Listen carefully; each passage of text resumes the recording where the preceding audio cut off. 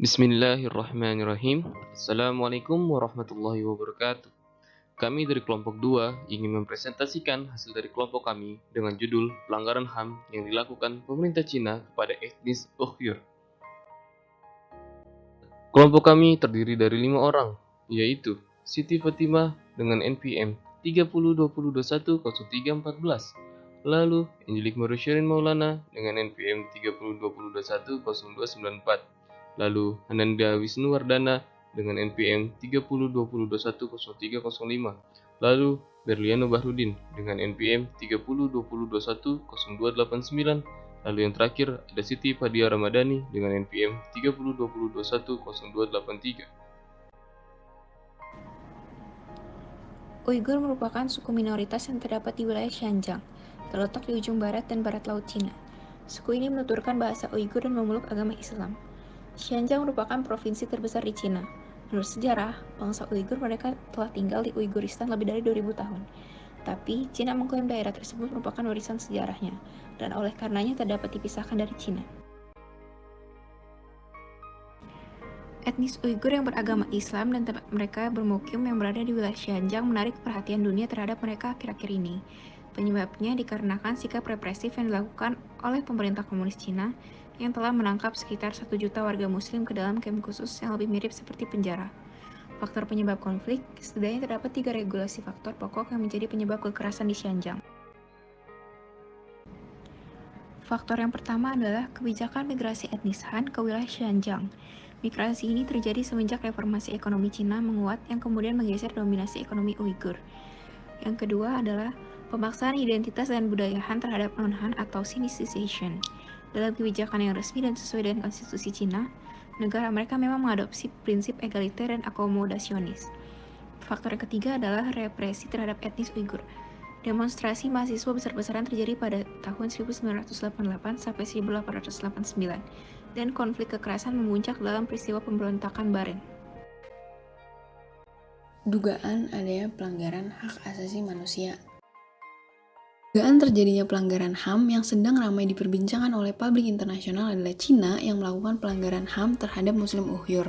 Diyakini ada sebanyak 1 juta orang Uyghur yang telah ditahan selama beberapa tahun terakhir di tempat yang pemerintah Cina biasa sebut kamp pendidikan ulang. Pemerintah Cina diduga telah puluhan tahun mengontrol aktivitas etnis Uyghur dan juga mereka membatasi hak untuk melakukan aktivitas keagamaan seperti halnya larangan berpuasa.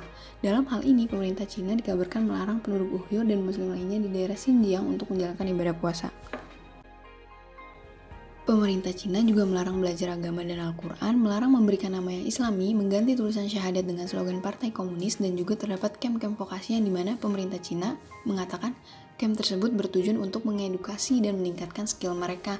Namun, dari beberapa laporan media menyatakan kamp-kamp tersebut digunakan untuk mengkurasi pengetahuan agama Muslim Uyghur dan menggantinya dengan pengetahuan komunis.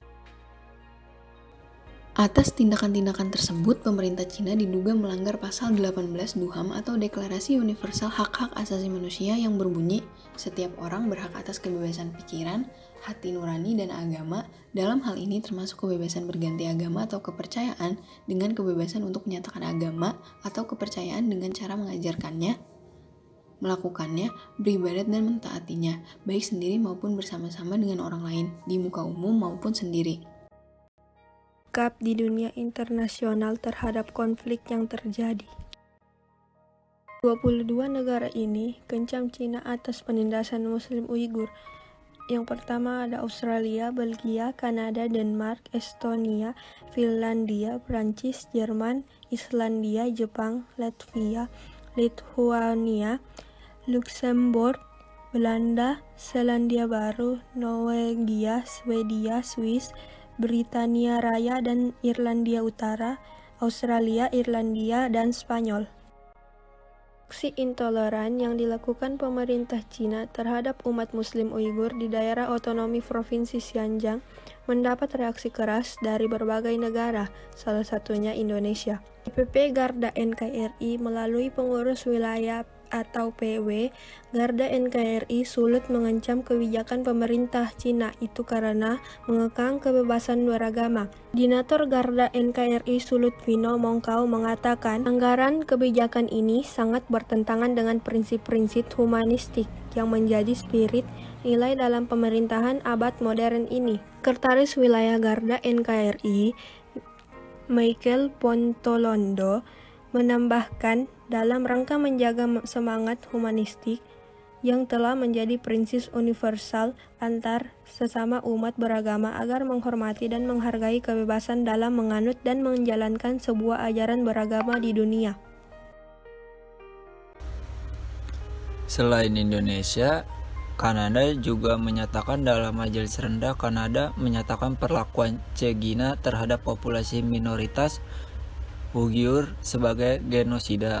Pernyataan diberikan setelah dilakukan pemungutan suara yang di mana hasil yang ditunjukkan ialah 266 banding 0. Semua partai oposisi mendukung mosi tersebut. Juga beberapa partai liberal yang memerintah. Mosi tersebut menjadikan Kanada negara kedua setelah Amerika Serikat yang mengatakan dan mengakui bahwa tindakan yang dilakukan oleh Cina merupakan genosida.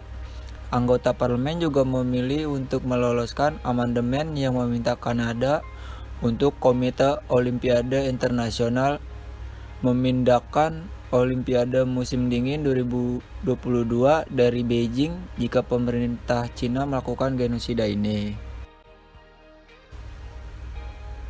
Penyangkalan pemerintah Cina terhadap tuduhan pelanggaran HAM. Pemerintah Cina membantah tuduhan pembersihan etnis, seraya mengatakan tudingan semacam itu tidak berdasar etnis Uighur menurutnya. Menikmati kebersamaan yang damai dan harmonis dengan kelompok-kelompok etnis lainnya, sebenarnya terdapat alasan spesifik kenapa pemerintah Cina sangat menyangkal melakukan perbuatan pelanggaran HAM terhadap etnis Uighur di Xinjiang. Mereka tidak ingin citra dari negaranya rusak yang kemungkinan dapat mengganggu arus investasi dalam proyek BRI atau Belt and Road Initiative yang Cina buat. Xinjiang merupakan jantung dari proyek BRI. Terima kasih.